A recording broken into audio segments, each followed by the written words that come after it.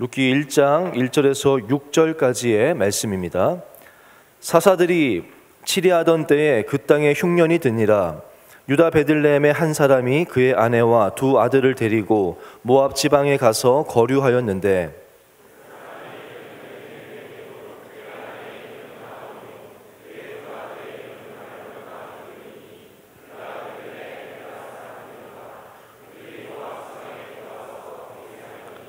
나오미의 남편 엘리멜렉이 죽고 나오미와 그의 두 아들이 남았으며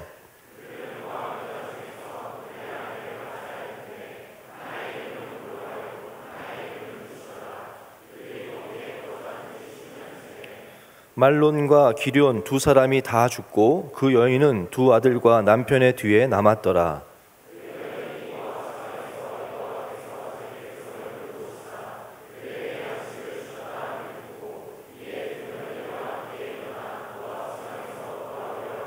아멘. 또 한 번 보겠는데요. 19절에서부터 22절까지의 말씀입니다. 1장 19절에서부터 22절 마찬가지로 교독하겠습니다. 이에 그 두 사람이 베들레헴까지 갔더라. 베들레헴에 이를 때에 온 성읍이 그들로 말미암아 떠들며 이르기를 이가 나오미냐 하는지라.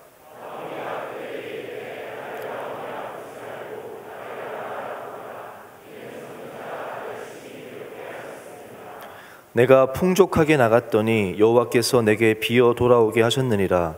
여호와께서 나를 징벌하셨고 전능자가 나를 괴롭게 하셨거늘 너희가 어찌 나를 나오미라 부르느냐 하니라. 나오미가 모압 지방에서 그의 며느리 모압 여인 룻과 함께 돌아왔는데 그들이 보리 추수 시작할 때에 베들레헴에 이르렀더라. 아멘. 룻기의 주제는 뭐냐면요, 한 작은 여인 룻을 통한 하나님의 큰 구원의 이야기입니다. 다시 한번 말씀드리면 룻기의 주제는 어떤 것이 중요한 주제냐면은 한 작은 여인, 룻이라는 한 작은 여인을 통한 하나님의 큰 구원의 이야기가 룻기에 흐르는 중요한 주제 중에 하나입니다. 룻기의 배경은 오늘 본문 1절에도 시작하는 것처럼 사사들이 치리하던 때, 사사시대거든요.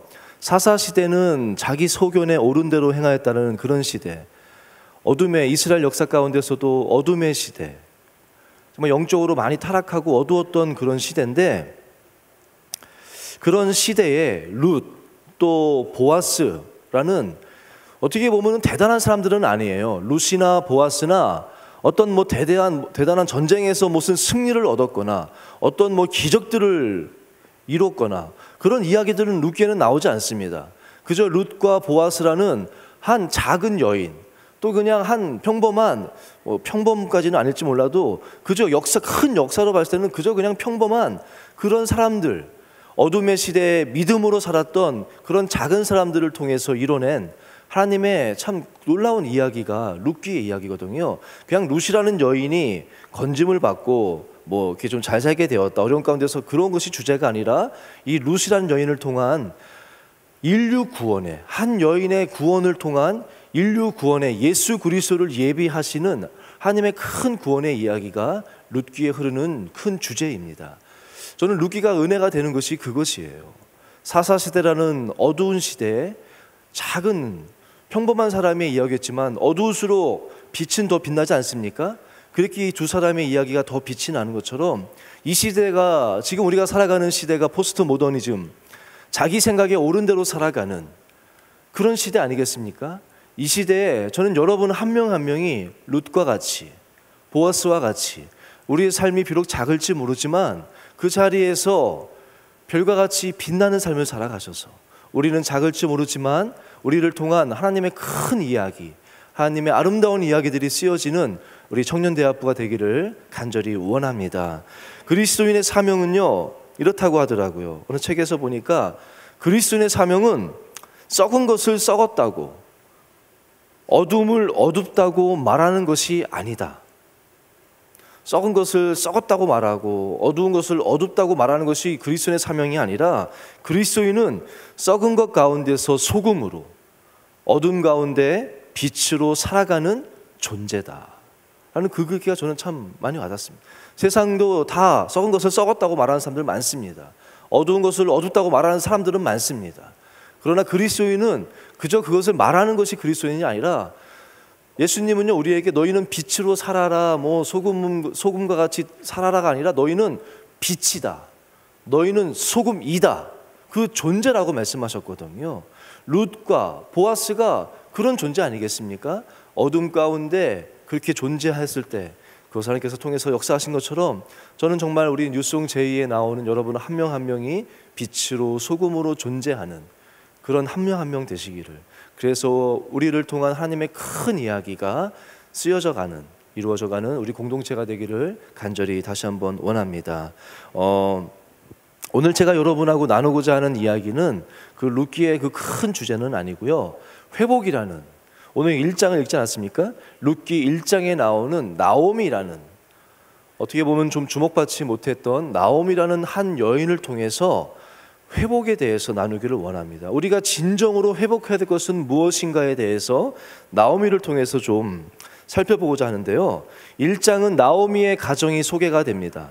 소개가 되는데 첫 시작이 뭐라고 시작합니까? 1장 1절이 사사들이 치리하던 때에 라고 시작이 됩니다. 그리고 나오미의 남편 엘리멜렉, 뭐 두 아들의 이야기, 살았던 곳, 뭐 이런 이야기들이 쭉 나오는데요, 사사들이 치리하던 때에 라고 시작하는데요, 아까도 말씀드렸지만 사사들이 치리하던 때라는 것은 어떤 때냐면요, 이 룻기 바로 앞에 사사기 21장 25절, 사사기의 제일 마지막 절 말씀이 뭐라고 마무리를 하고 있냐면요, 이렇게 마무리합니다. 그때에, 그때라는 것은 사사들이 치리하던 때에, 그때에 이스라엘의 왕이 없으므로 사람이 각기 자기의 소견에 옳은 대로 행하였더라 라고 사사가 치리하던 때가 어떤 때인지를 정의하고 있습니다.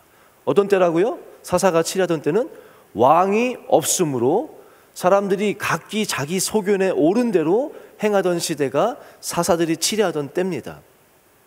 근데 제가 한번 물어보겠습니다. 과연 이스라엘의 이 사사 시대는 가나안에 들어간 그 이후의 시대거든요. 여호수아 시대가 다 지나고 여호수아도 죽고 하나님을 알던 장로들도 죽고, 그 다음 세대가 아니라 성경에서는 다른 세대라고 얘기를 하죠. 하나님을 알지 못하고 하나님께서 행하신 일들도 알지 못하는 다른 세대들이 쓴 역사가 사사시대거든요. 근데 제가 한번 물어보겠습니다. 이 사사시대 때 이 가나안 땅에 왕이 없었습니까? 이들이 말하는 세상의 왕은 없었을지 모르지만 이스라엘 백성에게는 진정한 왕의 왕, 정말로 진정한 왕 대신 하나님이 계시지 않았습니까? 하나님은 내가 친히 너희의 왕이 되리라, 내가 친히 너희의 보호자가 되리라, 내가 친히 너희의 왕이 되고 너희의 보호자가 되고 너희를 공급하는 자가 되고 너희와 함께 하겠다라고, 하나님은 친히 내가 너희의 왕이 되겠다고 말씀하셨건만 이스라엘 사람들은 하나님을 왕으로 받아들이지 않은 거예요. 사사시대는. 왜요? 힘드니까. 자기의 육신에 원하는 것, 정욕을 따라 살고 싶고 쾌락을 따라 살고 싶고 더 많은 물질 갖고 싶은데, 하나님이 하나님의 자녀들에게 원하시는 삶은 더 많은 물질, 더 많은 정욕, 더 많은 쾌락이 아니거든요. 그러니까 그런 거 말고 그런 것을 주고자 하는 그런 왕을 달라고 하면서 그냥 자기 소견에 옳은 대로 막 살았던 때가 사사들이 치리하던 때예요. 근데 그때 이 나오미의 남편의 이름이 뭐냐면요, 엘리멜렉이라고 소개가 됩니다. 엘리멜렉의 뜻은 뭐냐면, 엘이 뭡니까? 모르세요? 엘리 나마 사막단이 할 때 엘리가 뭡니까? 하나님이란 뜻이거든요. 엘은 하나님, 멜렉은 왕이라는 뜻입니다. 엘리멜렉, 그 사사시대 때 자기 소견에 왕이 없던 자기 맘대로 행하던 시대에 이 나오미의 남편이니까 나오미의 시아버지 시어머니가 그 아들의 이름을 지었는데 뭐라고 졌냐면요, 엘리멜렉, 뜻은 하나님이 왕이시다. 따라해 볼까요? 하나님이 왕이시다. 너무 멋있지 않습니까? 세상 사람들은 왕이 없다라고 얘기하고 자기 마음대로 살아가는데, 이 부모님의 삶이 참 궁금해요. 어떤 마음이었길래 그 아들을 낳고 선포하는 거예요. 하나님이 왕이시다. 너는 하나님을 왕으로 삼고 살아라. 하나님의 백성으로 살아라. 하나님의 자녀로 살아라. 그런 소망을 가지고 아들의 이름을 엘리멜렉이라고 지은 거예요. 나오미의 남편의 이름은 엘리멜렉. 하나님이 왕이시다 라는 그 믿음의 선포에 남편과 나오미가 결혼한 것이에요. 그 하나님이 왕이시다는 선포 가운데 시작된 가정입니다. 살았던 곳은 어느 곳이냐면요, 베들레헴입니다. 베들레헴의 뜻은 아십니까? 벳은 집이라는 뜻이고요, 레헴은 떡, 빵이라는 뜻입니다. 그래서 베들레헴은 떡집이라고 하지 않습니까? 근데 이 벳이라는 그 집이라는 뜻은요, 그냥 아무 집을 말하는 것이 아니고 신들이 거하는 집, 그런 때만 쓰는 벳이에요. 그냥 막 우리가 사는 집들을 벳이라고 하지 않고요, 신들, 이스라엘에게는 하나님이 거하시는 집을 쓸 때만 벳이라는 걸 씁니다. 그러니까 베들레헴은 나오미가 살았던 그 가정은 하나님이 왕이시다라는 믿음의 고백 앞에 선포로 시작된 가정이고, 그들이 살았던 집은 하나님이 함께 하시는, 그리고 떡집이라고 하지 않습니까? 그러니까 떡집은 여러분들 떡을 만들려면 그래도 기본적으로 먹고 살 만한 그 양식이 어느 정도 좀 여유가 있을 때 떡 만들어 먹지 않겠습니까? 먹고 살 것도 없는데 무슨 그 쌀로 떡을 만들어 먹겠어요? 그러니까 베들레헴이라는 것은 저는 생각하기에 이스라엘에서 베들레헴은 참 작은 고을입니다. 베들레헴아 너는 작지 않도다 하면서 예수님이 태어나셨던 곳을 이야기하지 않습니까? 이스라엘 중에서 참 작은 고을일지 모르지만 하나님이 함께 하시면서 하나님이 주시는 그 은혜로 말미암아 그래도 여유 있게 풍성하게 살았던, 그리고 나오미의 이름의 뜻은 무엇이냐? 기쁨이라는 뜻입니다. 하나님을 왕으로 삼고 베들레헴, 하나님이 함께 하시는 그 가정 가운데서 하나님이 은혜로 공급해 주시는, 하나님이 공급해 주시는 그 양식을 누리면서 기쁨으로 살았던 그 가정이 나오미의 가정으로 기록이 되는 거예요. 좋지 않습니까? 참 아름다운 가정 아닙니까? 우리가 바라는 것이 뭐 막 궁궐 같은 거 짓고 사는 것이 아니잖아요. 저 푸른 초원 위에 그저 그림 같은 작은 집 짓고 남편과 함께 하나님 잘 믿으면서 여유 있게 이렇게 섬기면서 사는 것 참 좋은 가정 아니겠습니까? 그런 가정이에요. 그런 가정인데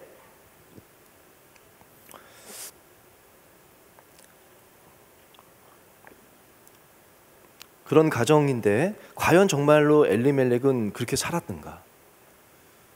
여러분들은 어떠십니까? 하나님이 여러분의 왕이십니까? 왕이십니까? 엘리멜렉도 아마 그렇게 고백했을 거예요. 하나님이 너의 왕이시다 그러면 아멘 했을 거예요. 근데 실제로 사는 것은 내가 진짜 내 삶의 주인이 누구인지, 내가 정말 하나님을 왕으로 섬기고 모시고 살고 있는지는 평소에 좋을 때는 몰라요. 여러분들도 몰라요. 여러분 지금 그냥 별 어려움 없이 살 때는 막 나와서 예배 열심히 드리고 그 교회 오빠 믿지 마세요. 그거 그냥 편안할 때, 저는 결혼할 때 묻는 자매들이 있습니다. 목사님 믿음을 봐야 됩니까? 성품을 봐야 됩니까? 조금의 주저함도 없이 성품을 봐라 라고 얘기합니다. 믿음 못 믿거든요.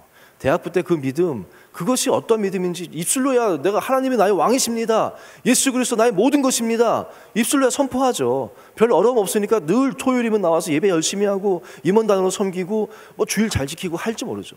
근데 진짜 그건 언제 드러나느냐? 내 왕이 누군지는 언제 드러나느냐? 고난이 왔을 때, 유혹 앞에서, 어떤 시험 앞에서, 중요한 선택의 갈림길 앞에서, 어려움 앞에서 내가 진짜 왕으로 내 주인이, 내 마음의 주인이 누군지는 그때 나타나는 거예요. 오늘 1장 1절 뭐라고 얘기합니까? 사사들이 치리하던 때에 그 땅에, 그 땅은 이 베들레헴만 말하는 것이 아니라 하헤레츠예요. 그 땅, 가나안을 얘기할 때 항상 그 하헤레츠라고 하거든요. 하헤레츠, 가나안 그 땅에, 하나님의 그 약속하신 그 땅에 흉년이 들었다는 거예요. 고난이 왔다는 거예요. 어려움이 왔다는 거예요. 믿음으로 여유 있게 잘 살던, 기쁨으로 살던 그 가정 가운데 고난이 왔다는 거예요. 그럴 때 여러분은 어떻게 해야 됩니까? 흉년이 왔어요. 어떻게 해야 됩니까? 하나님께 나아가야죠. 하나님 앞에 나아가야 되지 않겠습니까? 그런데 오늘 엘리멜렉은, 그리고 나오미는 하나님을 바라보지 않습니다. 여러분 고난이 올 때 어떻게 해야 됩니까? 하나님 바라봐야 되잖아요. 근데 엘리멜렉과 나오미는 하나님을 바라본 것이 아니라 다른 들판을 바라봅니다. 흉년이 들지 않은 다른 들판, 이웃 나라인 모압, 그곳을 바라보고 그곳으로 가는 거예요. 어려움이 오니까 그곳에서 하나님을 찾고 하나님을 붙잡고 이 고난 가운데 하나님의 뜻이 무엇인지, 내가 무엇을 해야 되는지를 묻고 하나님께 나아가는 것이 아니라 힘드니까 보니까 다른 들판에 여긴 흉년이 없어요. 그래서 이 엘리멜렉이요 막 버티다가 간 것도 아니에요. 믿음으로 막 버티다가 도저히 안 될 것 같으니까 간 것도 아니에요. 왜냐하면 나오미가 나중에 고백할 때 뭐라고 했습니까? 내가 풍족하게 나갔더니, 나갈 때 재산 잘 정리해서 풍족하게 나간 거예요. 있을 때 이거 있는 거 까먹기 전에 바로 가자. 그리고 바로 뜬 거예요. 풍족하게 나갔던 거예요. 다른 들판을 바라본 겁니다. 특별히요 이 가나안 땅은요, 여러분이 생각할 때 어려움 당하면 회사 생활하다가 이직 문제도 있을 거고 뭐 할 수 있는 그런 차원의 문제가 아니에요. 왜냐하면 사사시대의 흉년이라는 것은요, 가나안 땅은 하나님께서 가나안 땅 들여보낼 때 뭐라고 했냐면요, 가나안 땅은 원래 흉년이 올 수밖에 없는 땅이에요. 너희가 내가 들어가 차지할 땅은 내가 나온 애굽 땅과 같지 아니하니 거기에서는 너희가 파종한 후에 발로 물대기를 채소밭에 됨과 같이 하였거니와 너희가 건너가서 차지할 땅은 산과 골짜기가 있어서 하늘에서 내리는 비를 흡수하는 땅이라. 무슨 말이냐면요, 가나안 땅은요 나일강같이 그런 강도 없고 평야가 없어요. 산과 골짜기에서 비가 내리면 다 흡수해서 다 막 없어져 버리는 땅이라는 거예요. 그래서 가나안 땅은 그때마다 이른 비와 늦은 비가 내리지 않으면 농사를 질 수 없는, 너마저 쉽게 흉년이 드는 땅입니다. 근데 하나님이 약속하기를 뭐라 그러면, 그러나 내가 너희를 돌보아 준다. 여호와의 눈이 연초부터 연말까지 너희와 함께한다. 여호와께서 돌보아 주시는 땅이다. 가나안 땅은요, 사사시대는 언제 흉년이 드느냐, 영적으로 하나님을 떠나면 흉년이 들고, 또 하나님을 찾으면 다시 하나님께서 돌보아 주시고, 또 그 가운데 하나님을 떠나면 또 흉년이 오고, 이 가나안 땅에 흉년이 들었다는 것은 어떤 말이냐면 영적인 문제가 있다는 거예요. 영적인 문제가 있었다는 뜻인데, 이 엘리멜렉과 나오미 이 가정은 그것을 찾는 것이 아니라 그냥 어려움을 피해서 가는 거예요. 여러분들은 어떻습니까? 고난 가운데 힘든 일이 있을 때, 정말 중요한 시험이 있을 때, 뭐 중요한 여러분들이 뭘 준비해야 될 것이 있을 때 무엇을 선택합니까? 하나님이 내 인생의 주인이고 내가 하나님을 위해서 산다고 고백을 하지만, 여러분이 어려움을 당할 때 잠시 내려놓자. 오늘 말씀 가운데 참 안타까운 것 가운데 하나가 뭐냐면, 1절에 모압에 가는데 거기서 뭐라고 나오냐면요, 거기 거류하였던데. 거류라는 단어를 씁니다. 거류가 무슨 뜻인지 압니까? 이전 성경은 우거하였더라 라고 쓰거든요. 우거가 무슨 뜻인지 아십니까? 다 모르죠, 둘 다. 잠시 머문다. 잠시 머문다는 거예요. 거류라는 것은 특별히 이방 땅에 잠시 머문다. 그러니까 엘리멜렉과 나오미가 갈 때의 계획은 뭐였냐면, 지금 여기가 어려우니까 잠시 모압 땅에 가자. 그리고 다시 돌아오자. 소나기는 피하고 보자 라는 마음으로 갔다는 거예요. 여러분들 가운데 그런 분들 있지 않습니까? 중요한 시험을 앞두고 있으니까, 지금은 올해는 내가 너무 힘드니까 잠시 새벽기도 잠시 내려놓고, 직분 잠시 내려놓고, 토요 예배 잠시 내려놓고, 요거 시험만 끝나면 내가 다시 예배의 자리 잘 회복하겠지. 이 어려움, 내가 너무 힘드니까 지금은 아르바이트를 해야 돼. 돈을 벌어야 돼. 잠시 뉴스송 예배는 내려놓자. 잠시 주일은 좀 내려놓자. 그리고 다시 요거 끝나고 바로 와야지. 이렇게 하는 경우들이 있지 않습니까? 여러분들은 어떻습니까? 엘리멜렉의 가족은 지금 그런 마음으로 나간 거예요. 근데 그 잠시가 오늘 말씀 보면 10년이 되는 거거든요. 아브라함과 데라가 우르를 떠나서 가나안으로 갈 때도 중간에 하란에 잠시 거류하였다고 나옵니다. 잠시 머물자고 한 것이, 데라는 그곳에서 거의 한 100년 동안 살면서 거기서 결국 죽고 말고요. 아브라함은 하나님이 부르셔서 다시 가나안 땅으로 가게 되고요. 야곱도 야복강 건너서 다시 하나님께서 약속하신 그 가나안 땅, 아버지가 계신 곳으로 가라고 하는데, 가다가 세겜 땅에 잠시 거류합니다. 그런데 그것이 15년 정도가 지나게 되면서 집안에 우상이 들어오게 되고 하나님은 다 잊어버리고 어렵게 되는 것이 야곱의 이야기. 우리의 모습이 그렇지 않습니까? 딱 우리 얘기 같은 것 같아요. 엘리멜렉이라는 사람, 하나님이 나의 왕이십니다라고 믿음 생활 잘한 것 같지만, 어려움이 오면은 정말 하나님이 나의 왕이 아니라 그냥 내 판단, 내 생각대로 그냥 선택하고 나아가는 것이 우리의 모습 아니겠습니까? 오늘 말씀이 그런 겁니다. 같습니다. 하나님을 떠난 자의 삶이 어떻는가? 잠시 좋았겠죠. 잠시 그곳에서 뭐 좋았을지 모르는데, 결국 시간이 지나면서 오늘 말씀을 보면은 엘리멜렉이 죽습니다. 엘리멜렉이 죽는 것을 저는 그저 그냥 남편이 죽었다는 것, 물론 그것도 있겠지만 영적으로는 하나님이 더 이상 나의 왕이 아니라는 거겠죠. 죽습니다. 그때라도 빨리 깨닫고 돌아와야죠. 근데 돌아오지 않습니다. 오늘 말씀 보면은 아버지가 죽고 나서 이제 두 아들이 남았는데 어떻게 했냐면 두 아들을 모압 여인과 결혼을 시킵니다. 이제는 그리스도인이라는 정체성마저 없는 것이죠. 기도의 자리, 새벽 예배 잠시 내려놨는데 이제는 그것뿐만 아니라 예배도 내려놓고, 예배 내려놨는데 이제는 아예 주일도 조금씩 빠지게 되고, 아예 이제는 내가 그리스도인 것조차 그냥 잃어버리게 되는. 모압 여인과 결혼했다는 것은요, 내가 하나님의 백성 이스라엘이라는 그 정체성을 잃어버렸다는 뜻이거든요. 이방 여인과 결혼하지 말라고 했으니까 그렇게 되는 거예요. 서서히 여러분들, 어쩌면 여러분들의 모습일 수도 있고 여러분의 주변에 여러분들의 친구들의 모습 아닙니까? 제가 오늘 새벽 예배 마치고 한 자매가 저에게 이렇게 왔어요. 그래서 제가 다른 이제 형제랑 이렇게 면담을 하고 있는데 한참을 기다리더라고요. 가지고 무슨 일이니 이렇게 물어봤더니 저한테 이렇게 얘기를 하면서 자기 한 친구 자매가 있는데 너무 마음이 아프다는 거예요. 고등부 때 같이 준아들이 열심히 섬기고 같이 막 예배하고 막 했는데 그 친구가 지금은 교회를 안 나온, 대학부를 안 온다. 교회는 주일은 지키지만 대학부를 나오지 않고 어떤 봉사도 안 하고 사실은 교회에 대해서도 사실 안 좋은 마음이 있는 것 같다. 그 말을 하면서 그 친구를 위해서 저에게 막 이제 얘기를 하더라고. 기도해달라고도 하고 어떻게 하면 좋겠냐라고 해서 제가 잠시 이렇게 나눈 적이 있는데, 여러분 가운데도 이런 친구분들도 있고 또 혹시 여러분 가운데도 이런 상태인 분들도 계시지는 않습니까? 빨리 돌아오십시오.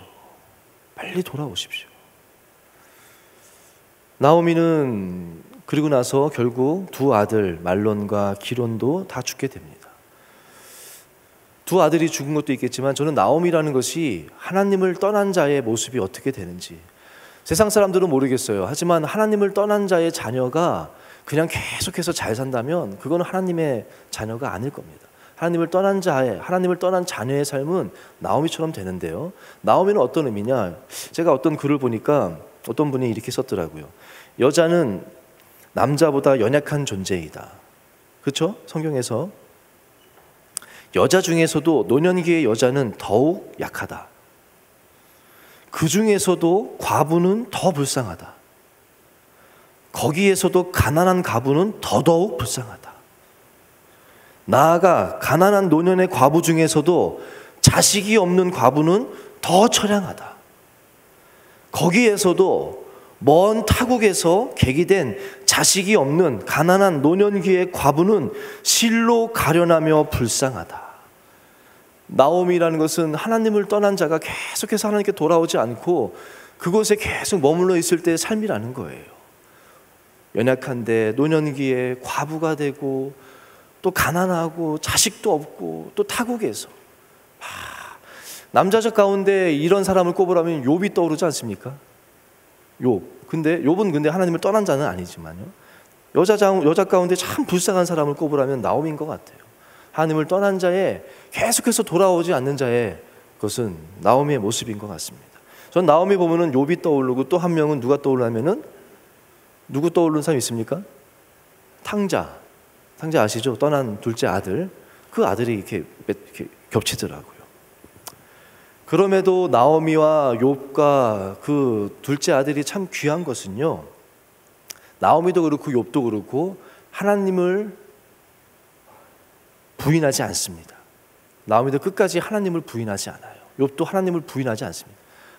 마지막으로 아내가 떠나면서 하나님을 부인하고 저주하고 막 떠나라고 하는데 부인하지 않습니다. 그리고 하나님을 끝까지 떠나지 않습니다. 여러분, 하나님 부인하지 마세요. 하나님은 계십니다. 하나님은 살아계십니다. 하나님 떠나지 마십시오. 어떤 어려움이 있어도 떠나지 마십시오. 버티십시오. 그리고 탕자의 삶을 보면요, 나오미랑 비슷한 것은 탕자도 풍족하게 나가잖아요. 풍족하게 재물 가지고 나아갔는데 빈손으로 돌아오게 되고 또 탕자도 돌아올 때 뭐라고 얘기를 하면요, 비슷한 이야기를 해요. 아버지 앞에 나를 아버지의 자녀로 보지 마십시오. 그저 그냥 품꾼으로 봐달라고 그러는데, 나오미도 돌아오면서 뭐라고 하냐면 나를 나오미 기쁨이라고 부르지 마십시오. 나를 마라라고 불러달라, 고통이라고 불러달라. 자기는 이제 다 소망을 잃어버린 거거든요. 그럼에도 나오미와 탕자가 중요한 것은 돌아왔다는 거예요. 아버지께로 돌아갔다는 거예요. 하나님께로 돌아갔다는 거예요. 여러분, 하나님께로 나아가십시오. 아버지께로 나아가십시오. 룻기 1장이 보여주는 말씀은요, 제가 묵상할수록 하나님이 나를 떠나면 이렇게 된다, 그것이 아니에요. 내가 너를 기다리고 있다. 내게로 돌아오라. 내가 너를 회복해 주겠다. 너를 향한 아름다운 계획이 있다. 라는 하나님의 그런 안타까운 마음을 보여주시는 것이 룻기 1장의 말씀이에요. 전에 원로 목사님이 탕자로 이렇게 설교를 시리즈로 하신 적이 있거든요. 그래서 첫 주 설교를 아주 은혜 가운데 잘 하시고, 경건회 때 내가 다음 주에도 이어서 할 건데, 첫 주는 이제 나가게 된 거 뭐 그 얘기를 하시고, 다음 주에 돌아오는 것에 대해서 설교를 할 건데, 한번 내가 설교 제목을 뭐로 하면 좋겠냐, 그래서 부목사님들한테 설교 제목 좀 얘기해 보라고 하신 적이 있어요. 그래서 내가 설교 제목 멋지게 정한 사람한테 내가 뭘 주겠다고. 근데 막 이런저런 얘기하는데 목사님이 다 마음에 안 드시더라고요. 제 마음 가운데 들었던 제목이 있는데 저는 간이 약해서 말을 못해요. 여러분들도 그런 경우 있지 않습니까? 뭐 막 하고 싶은데 말을 못하고. 제가 이제 정하고 싶었던 제목은 그거였어요. 문 밖에 서 계신 아버지. 아버지가 그냥 집안에서 아들이 아버지 이게 아니라 문 밖에서 눈이 멀 정도로 아들을 바라보면서 기다리는 아버지. 말은 못했어요. 그리고 다음 주에 원로 목사님 제목은 뭘로 주셨냐면 아버지 돌아왔습니다. 그리고 이제 큰절하는, 그렇게 했던 것 같은데, 아무튼 저는 하나님이 여러분을 기다리십니다. 어떤 이유 가운데 여러분이 하나님께 원망이 되고 지쳐있고 예배 자리 가운데 기도의 자리도 잃어버리고 여러 가지 것들을 잃어버린 상태에 있다면, 하나님이 여러분을 문 밖에 서 계신 아버지께서 기다리고 계신다는 거예요. 돌아오십시오. 돌아오십시오.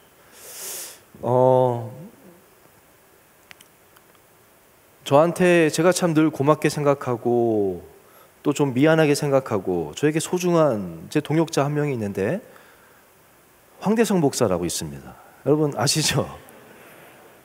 얼마 전에 황대성 목사 이렇게 만나고 왔는데, 대학부는 황대성 목사님을 몰라가지고 제가 좀 궁금하면은요, 황대성 목사를 알려면요, 목사로 검색하면 안 나오고요, 교회 개그라고 한번 유튜브에 검색해 보십시오. 그럼 제일 처음에 나오는 사람이 그 사람이에요. 황대성 목사. 유튜브 지금 검색하지 마시고요, 교회 개그라고 검색하면은 황대성 목사님도 나오고 우리 김문수 우리 선교사님도 나오고, 그 세 분이서 이렇게 교회에서 개그했던 거 나옵니다. 어쨌든 참 재미있으신 분 있거든요. 근데 그분 만났는데, 만나러 가기 전에 이 사람 어떻게 지내나 궁금해가지고 제가 그 교회 홈페이지 가가지고 황대성 목사님 설교한 그 설교가 있길래 한번 봤어요. 이 사람 설교 요즘에 똑바로 하고 다니나, 내가 그거 이제 봤는데 제가 참 은혜를 많이 받았어요. 다시 찾아야 할 자리, 이런 제목으로 설교를 했더라고요. 누가복음 15장이죠. 잃은 양 비유, 잃은 드라크마 비유, 잃은 아들의 비유로 이렇게 설교를 하는데, 참 제가 은혜를 많이 받았어요. 그러면서 그런 얘기를 하더라고요. 잃어버려진 것들에 대한 이야기지 않습니까? 근데 잃어버려진 것들이 또 잃어버린 게 있다는 거예요. 또 말 참 어렵게 하죠. 원래 그분이 좀 그래요. 괜히 말을 이렇게 어렵게 합니다. 잃어버려진 것들 세 가지가 나오는데, 잃어버려진 것들, 그 양도, 드라크마도, 그 아들도 잃어버린 것이 있다는 거예요. 이해되세요? 한 번 더 할까요? 잃어버려진 것들도 다 잃어버린 것이 있다는 거예요. 그게 뭡니까? 내 자리.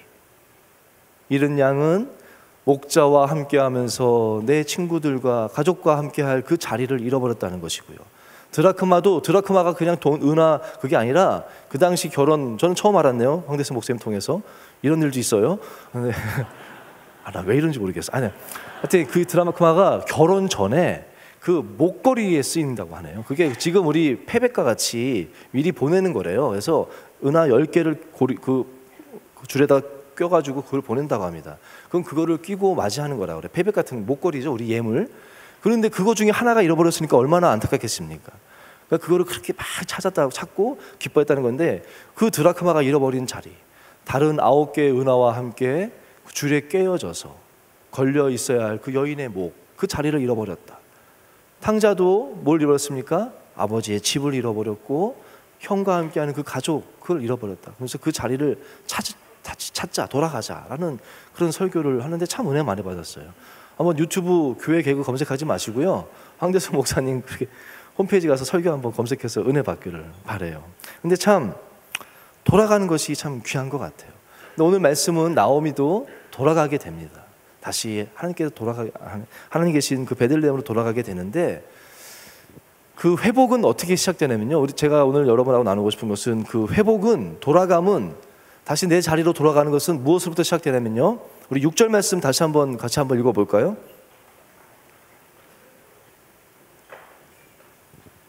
6절입니다. 시작. 그 여인이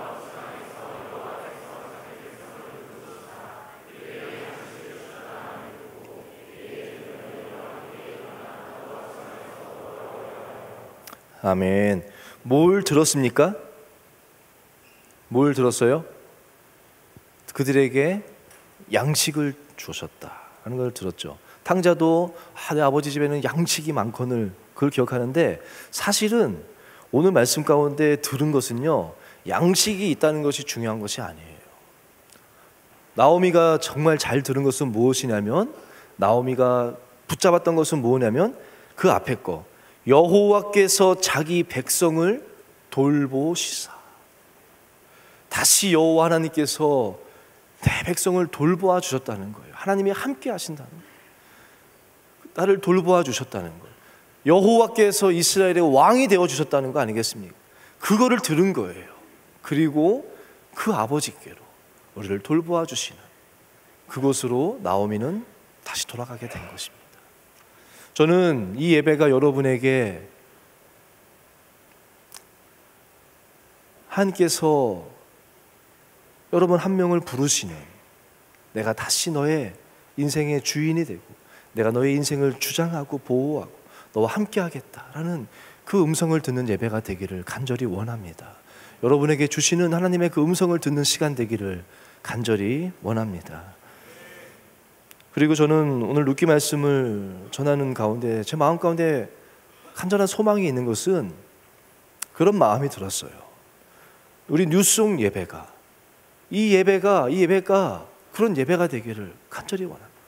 이 예배 가운데 하나님의 인자하심으로 가득 찼다는, 하나님의 역사하심의 성령의 이야기들이 넘쳐난다는 우리 뉴송 예배 가운데 삶이 회복되어지고 다시 뜨거운 찬양이 올려드리고, 우리 1년 목표가 뭡니까? 예배 잘 드리자는 거 아니겠습니까? 이 뉴송 제2예배가 너무나도 하나님의 임재 가운데 뜨겁고 은혜 가득하고 하나님의 놀라운 이야기들이 넘쳐난다는, 하나님께서 회복해 주신다는 그 이야기가 들려지기를, 그런 뉴송 제2예배가 되기를 전 저와 여러분이 함께 기도했으면 좋겠습니다. 여러 이유로 뉴송 예배를 떠나간 사람들이 많이 있지 않습니까? 비단 우리 교회 문제뿐만 아니라 여러 이유로 많이 떠났지 않습니까? 우리 교회를 떠난 자들이, 저는 제 소식을 많이 듣거든요. 다른 곳에 가서 잘 섬긴다는 참 좋은 이야기도 있지만, 또 어떤 사람들은 어떻게 지내니? 그러면 아예 교회를 몇 군데 가봤지만 그냥 교회 안 다니고 있는 사람들도 들어봤고, 다른 곳에 갔지만 목사님 시간이 지나니까 그냥 그래요.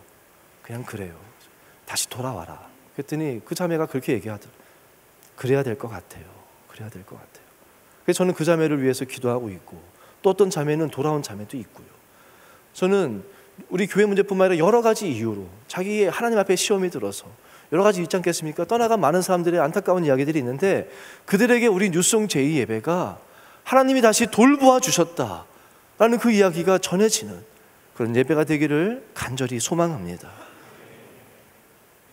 나오미가 귀한 것은요, 그런 이야기가 들었을 때 많은 사람들이 가야지, 그 자매가 저는 놓고 기도하는 이유도 돌아가야 될 것 같아요. 목사님 그래야 될 것 같아요 라고 말은 하지만 제가 계속 기다리고 있거든요. 기도만 하면서 오질 않고 있더라고요. 아직까지 가야 될 것 같다고, 가야지 다시 내가 새벽 깨워야지, 내가 다시 말씀 붙잡고 살아야지, 내가 다시 예배에 다시 깨워야지, 그렇게 말만 하면서 돌아가지 못하는 자들이 너무 많은데, 나오미는 그 말씀을 붙잡고 일어나, 오늘 말씀 보면요, 일어나 돌아갔다고 말씀하고 있어요. 전 여러분에게 이 은혜가 있기를 바랍니다. 그저 마음으로만 가야지 하지 마십시오. 일어나십시오. 일어나 하나님께로 나아가시고 잃어버린 기도의 자리를 다시 회복하시기를 바라고 말씀 묵상의 자리를 다시 회복하시기를 간절히 원합니다. 돌아가십시오. 하나님께서는 나오미는 돌아갈 때 이렇게 이야기합니다. 내게 무슨 소망이 있겠냐?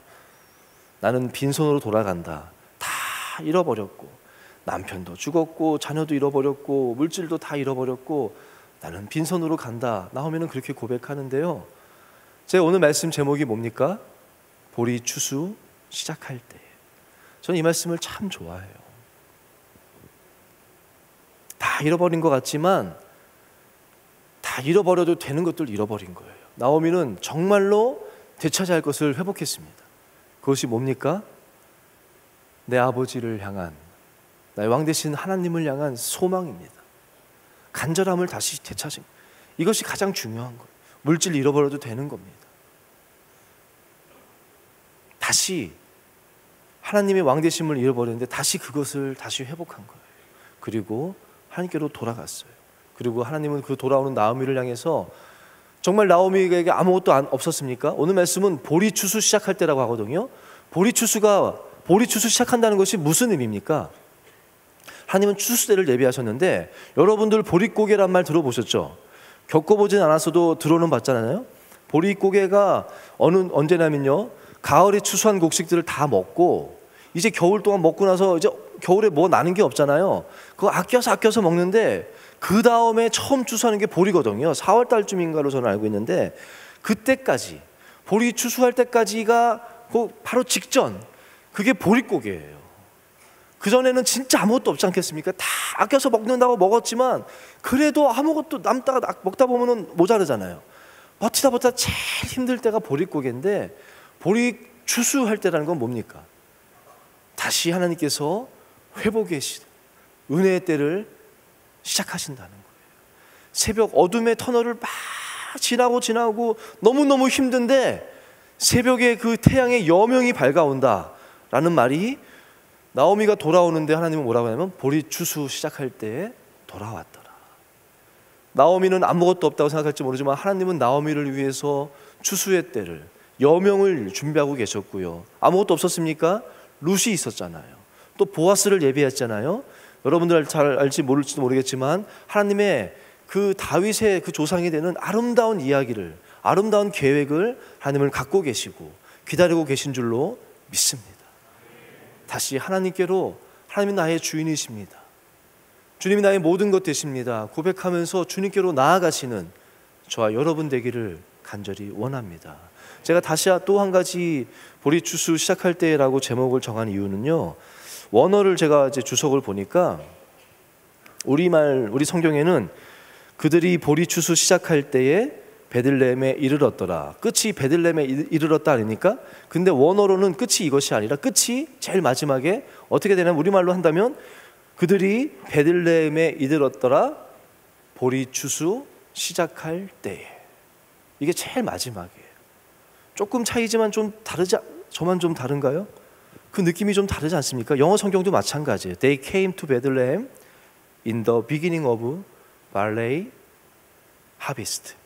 그들은 돌아왔다, 마지막에 언제? 보리 추수를 시작할 때.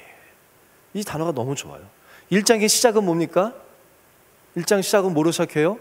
사사들이 치리하던 때에. 다 때입니다. 어떤 때? 사사들이 치리하던 때로 시작합니다. 사사들이 치리하던 때는 어떤 때입니까? 내가 내 소견에 옳은 대로, 내가 내 마음대로, 나한테 좋은 대로, 내 유익이 되는 대로 결정하던 때에. 하나님의 말씀이 기준이 아니라 예수 그리스도를 위하여가 아니라 나를 위하여, 내 생각에 맞는 대로, 세상 사람들이 옳다 하는 대로 그렇게 그냥 결정하고 살던 그때에 시작했는데, 여러 가지 일들을 통해서 무엇이 회복되었습니까? 보리 추수 시작할 때. 보리 추수가 시작할 때라는 것은 아까도 말씀드렸지만 뭡니까? 하나님이 다시 돌보아 주시는 때. 저는 이것이 진정으로 회복돼야 할 룻기 1장이 가리키는 중요한 메시지입니다. 무엇이 회복돼야 됩니까? 내가 내 소견에 오른 대로 그냥 내 유익을 위해서 어려운 가운데 그저 그냥 다른 들판을 바라보던 내 모습이었다면 무엇을 회복해야 됩니까?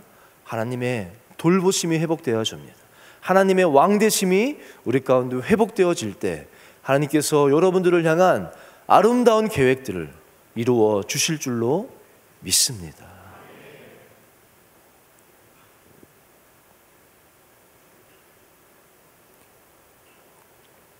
여러분 말씀 잘 묵상하고 계십니까? 저는 몇 주 전에 신경미 목사님 설교 전하시면서 말씀 몇 장씩 읽을 건지 결단하라고 했던 그 말씀이 참 도전이 됐어요. 그리고 결단했습니다. 말씀을 묵상하고 있어요. 저희 청년부 리더들한테도 다 정해라. 임원단한테는 다 7장씩 읽어라 라고 이야기하고 임원단은 제가 체크를 하면서 읽고 있습니다. 어제 새벽에 제가 읽었던 말씀은 마태복음 27장 63절 말씀입니다. 그 말씀에 제 마음 가운데 참 제 마음을 찔렀던 그 말씀은 뭐냐면요, 예수님이 이제 십자가에서 죽으시고 나서 대제사장들과 바리새인들이 모여서 얘기를 하는데 뭐라 하면요, 그 빌라도에게 총독에게 다시 나아가서 뭐라고 하냐면요, 그 예수가 살았을 때에 내가 죽은 지 사흘 후에 다시 살아나리라 했던 말을 우리가 기억하노니. 한번 따라해 봅시다. 우리가 기억하노니. 제가 이 말씀이 저에게 확 와서 부딪혔어요. 예수가 살았을 때 내가 죽은 지 사흘 뒤에 다시 살아나리라 한 말을 우리가 기억하노니 군인을 보내서 그 무덤을 지키게 하라. 혹시 그 제자들이 와가지고 예수 그리스도의 시체를 가져가놓고는 뭐 그렇게 할까봐 겁이 나니까 그렇게 말이 나오는데요, 제 마음속에 뭐가 왜 부딪혔냐면, 그것을 누가 기억해야 됩니까? 진짜 기억해야 될 사람은 누굽니까? 왜 대제사장들이 기억해야 해요? 진짜 기억해야 될 사람은 예수님의 제자들 아니겠습니까? 제자들에게는 3번 말씀하셨어요. 직접 말씀하셨어요. 근데 정작 그 말씀을 기억하고 그 말씀을 붙잡고 예수 그리스도의 죽음 가운데 두려워서 막 흩어질 것이 아니라 그 말씀을 붙잡고 모여서 주님을 바라면서 소망 가운데 그 말씀을 붙잡고 있어야 할 사람들은 제자들인데, 그 제자 가운데 한 명도 그 말씀을 기억한 사람이 없었어요. 아무도 없었어요. 오히려 엉뚱한 사람들이 그 말씀을 기억하는 거예요. 그게 너무 마음이 아팠습니다. 이 시대 우리 모습을 보는 것 같았습니다. 세상은 교회를 욕합니다. 막 조롱합니다. 왜 대제사장들이 그 말씀을 기억했을까?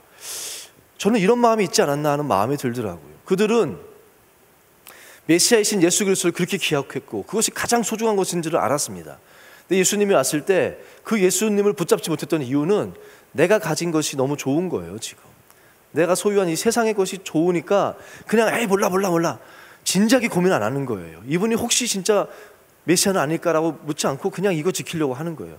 그런데 마음 한편에는 혹시, 설마, 왜냐하면 헛된 것을 쫓고 있기 때문에 마음 한편에 늘 공허할 것이거든요. 그런 마음이 있지는 않았어요. 저는 이 세상 밖의 사람들이 교회를 욕합니다. 하나님이 있다고 막 비아냥거립니다. 막 할지 모르지만 그들의 마음 한편에는 혹시, 설마 이런 마음이 있습니다. 있는 사람들이 있습니다. 제 친구들 가운데 그런 친구들이 있었거든요. 그래서 제가 전도한 친구들이 많이 있어요. 그런데 정작 제자들은 가장 소중한 것을 택했습니다.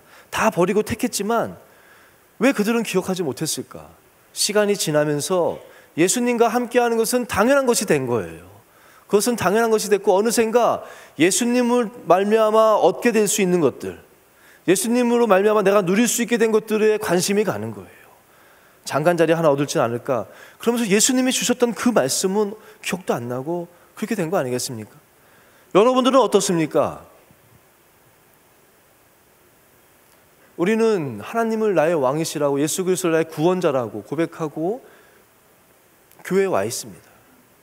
교회에 와서 우리가 늘 예배도 드리고 하고는 있는데, 처음 주님을 믿을 때는 주님을 위해서 살겠다라고, 그 은혜 너무나도 감격해서 우리의 꿈은 예수 그리스도입니다 라고 선포하면서 그렇게 신앙생활을 했는데, 어느 순간인가 그냥 교회에 나오는 것은 예수님 뭐 이건 당연한 것이고, 내가 믿으면서 더 잘 되는 것, 얻을 수 있는 것만 바라보고 있지는 않습니까?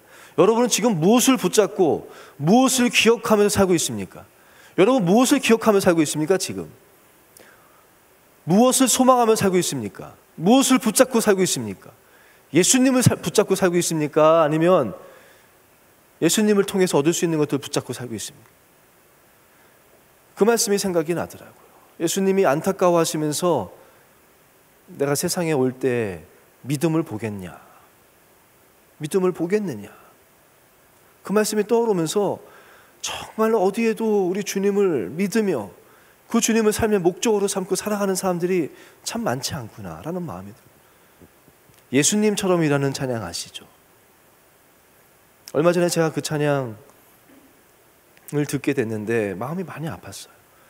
제가 처음에 그 찬양 불렀을 때는, 또 제가 처음 주의 종이 되겠다고 할 때는 예수님처럼 섬기고 싶었습니다. 내 목적이 예수님처럼 사는 것이 목적이었어요. 예수님처럼 섬기는 삶이 목적이었고 예수님 닮는 것이 목적이었는데, 제가 얼마 전에 그 찬양을 다시 듣는데 제 마음 가운데 너가 지금 무엇을 위해서 살고 있니? 목사인데도요, 어떻게 하면 예수님을 더 닮을까? 어떻게 하면 예수님처럼 그렇게 살 수 있을까가 목적이 아니라 어떻게 하면 내 사역, 우리 청년부 부흥할 수 있을까? 뉴송 예배 부흥할 수 있을까? 제일 중요한 것을 보는 것이 아니라 그 다른 것들을 바라보고 살고 있다. 우리 가정 어떻게 하면 더 뭐 될까? 그런 것들을 바라보고 어떻게 해야 내가 좋은 교회 담임으로 가서 또 이렇게 뭐 사역을 할 수 있을까? 다 중요한 것들일지 모르지만 본질은 아니지 않습니까? 예수님처럼 살아가고 예수님 닮아갈 때 다 주어지는 것들인데 어느 순간인가 그것들을 바라보고 있지는 않습니까? 여러분, 회복해야 될 것이 무엇입니까? 예수 그리스도가 우리의 왕이신 줄로 믿습니다. 내 삶의 주인인 줄로 믿습니다. 나의 모든 것인 줄로 믿습니다. 우리 예수님 바라보며 삽시다. 예수님처럼 사는 것이 우리의 목적이 되기를 바라고, 예수님과 함께 사는 것이 목적이고 예수님처럼 섬기는 삶, 겸손한 삶, 닮아가는 삶, 그것이 목적이 되는 저와 여러분의 삶이 되기를 주의 이름으로 소원합니다. 우리 함께 찬양하는데요, 먼저 우리 내 모습 이대로 찬양 함께 부르고 원합니다. 오늘 마음 가운데 하나님의 부르심이 있다면 나아가십시오. 여러분의 모습이 어떠하든 상관없습니다. 하나님 앞에 여러 가지 부끄러운 모습이겠죠. 저도 다 부끄럽습니다. 그렇지만 하나님 주시는 그 음성 붙잡고 주님께로 돌아가십시오. 일어나 돌아가십시오. 그럴 때 하나님께서는 내 모습 이대로 받아주시고 아름다운 계획을 이루시고 주의 날개 아래 거하게 하시고 주의 임재 가운데 살아가는 정말 아름다운 삶을 하나님이 돌보시는 삶을 살게 할 줄로 믿습니다. 함께 내 모습 이대로 찬양하겠습니다. 내 모습 이대로 사랑하시네, 연약함 그대로 사랑하시네, 나의 모든 발걸음 주가 아시나니 날 인도하소서. 내 모습 이대로 사랑하시네, 연약한 그대로 사랑하시네, 나의 모든 발걸음 주가 아시나니 날 인도하소서. 주의 날개 아래 거하는 것, 주의 임재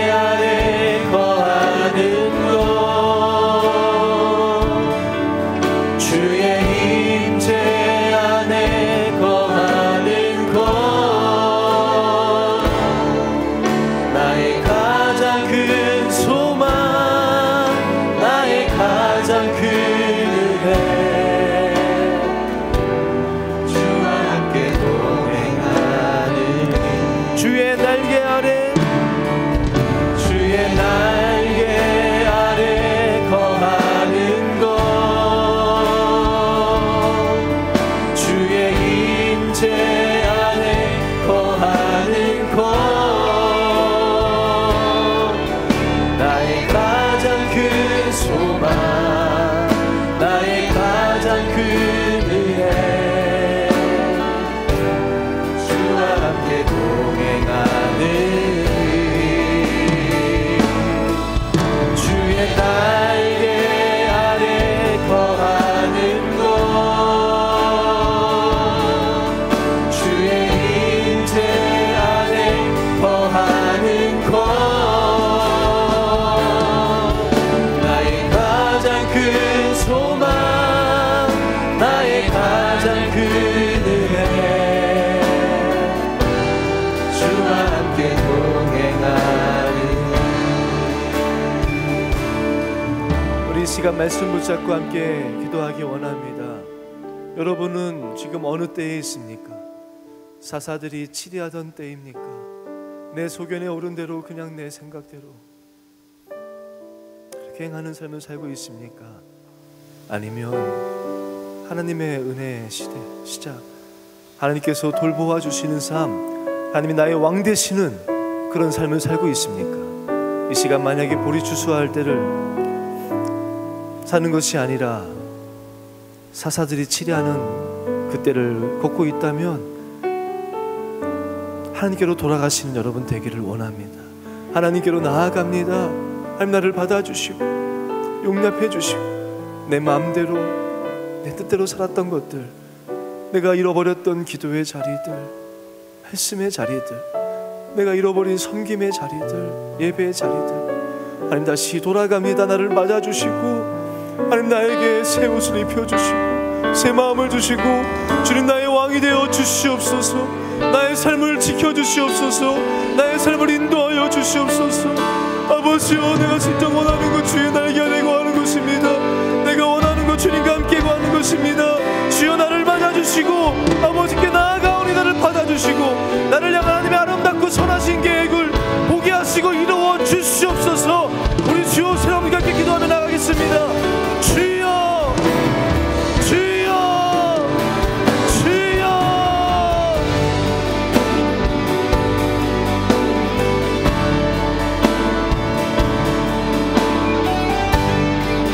오 주님,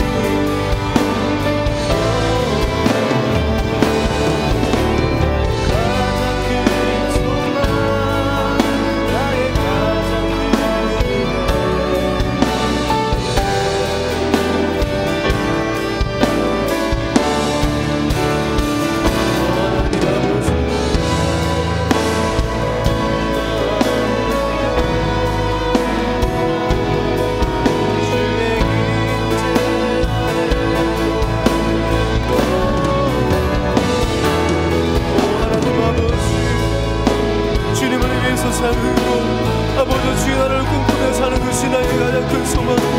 아버지 어느 생각 내가 다 잃어버렸습니다. 어느 생각 주여 아버지 내가 그 자리에서 떠나버렸습니다. 아버지 내가 있어야 할 그 자리를 잃어버렸습니다. 주여 다시 아버지 돌아가기를 원합니다. 내가 있어야 할 그 자리 하나님의 날개 아래 거하기를 원합니다. 하나님의 주여 아버지 자녀로서 백성으로서 내 아버지의 자녀로서 다시 살아가기를 원합니다. 아버지 어느새 내 눈이 주여 아버지 세상의 것들을 바라봅니다. 어느새 주여 아버지 내 마음의 소망함이 예수님 닮는 것이 아니라 아버지여 세상에서 조금 더 잘 되는 것이고 세상에서 좀 더 편하게 사는 것이고 아버지 내가 하나님을 바라보는 것이 아니라 내 눈이 모압 땅을 바라보고 있음을 주여 아버지 고백합니다. 주여 나를 용서하여 주시옵소서.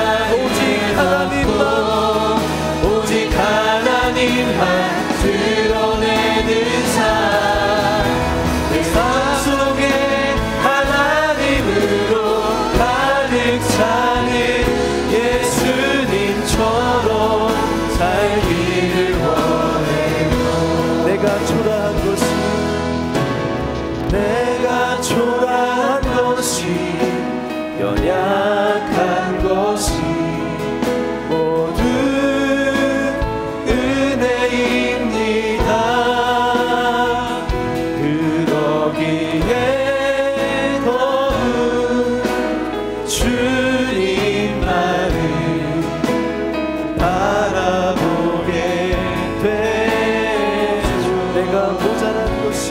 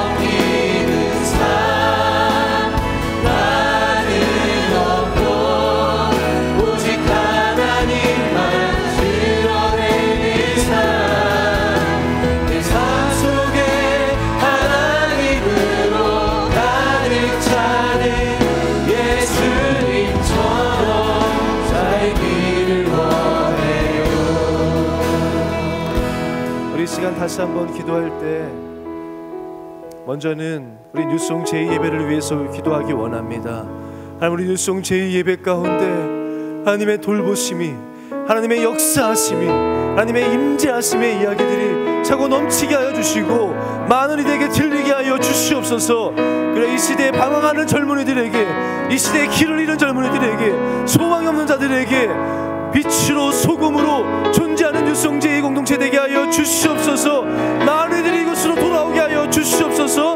우리 예배를 위하여서 또 한 가지, 하나님, 내가 정말 예수님처럼 살기를 원합니다. 예수님처럼 섬기기를 원합니다. 주님 닮아가는 삶을 살기를 원합니다. 우리 주여 세월과 함께 기도하며 나가겠습니다.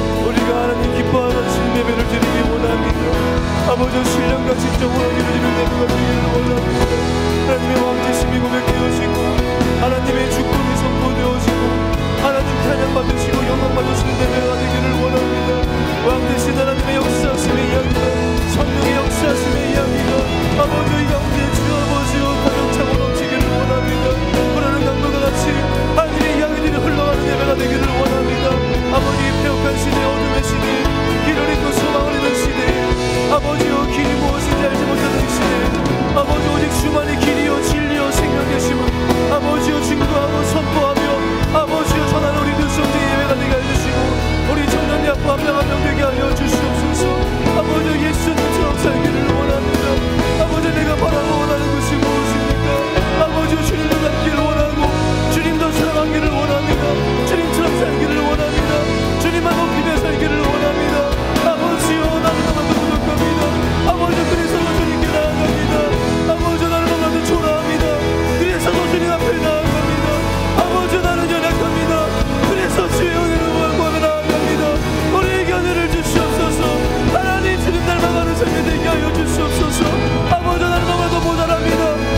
주님께서 주의 은혜를 구하며 주님께 나아갑니다. 주님께 더 가까이 나아갑니다.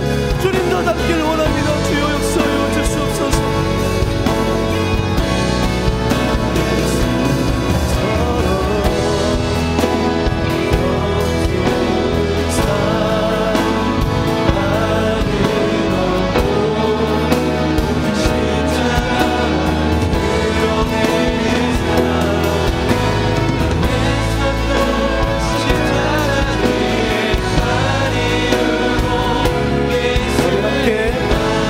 찬양합시다. 예수님처럼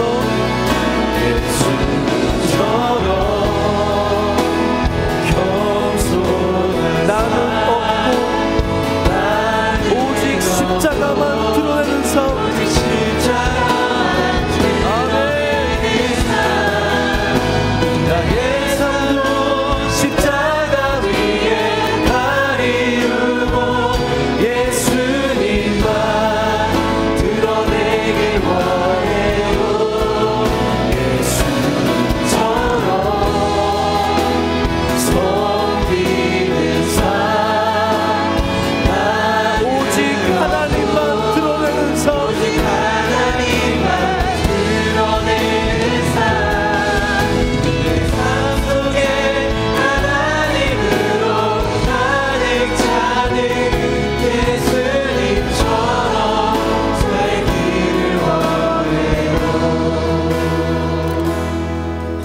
하나님이 나의 왕이십니다. 하나님의 날개 아래 거하기 원합니다. 여호와 하나님의 돌보심에 거하기를 원합니다. 내 말을 청종하는 자에게 하나님께서 돌보아 주시면 하나님께서 왕되어 주신다고 하셨습니다. 그저 입술로만 하나님의 왕이십니다 고백하는 인생 되지 않게 하시고 하나님의 말씀을 잘 듣고 그 말씀대로 살아가고 예수님 바라보며 예수님 섬기며 오직 십자가 드러내고 하나님 드러내는 그래요. 주님과 함께 먹고 주님과 함께 살며 주님과 함께 주의 꿈을 이루며 살아가는 우리들 되게 하여 주옵소서. 우리 뉴송 제2예배를 축복하여 주시고 하나님이 기뻐 받으시는 예배 성령의 역사하심에 하나님의 큰 이야기 아름다운 이야기들이 가득 넘치고 세상 가운데 전해지는 예배되게 하여 주시옵소서. 모든 영광 하나님께 올려드리오며 예수님의 이름으로 기도합니다.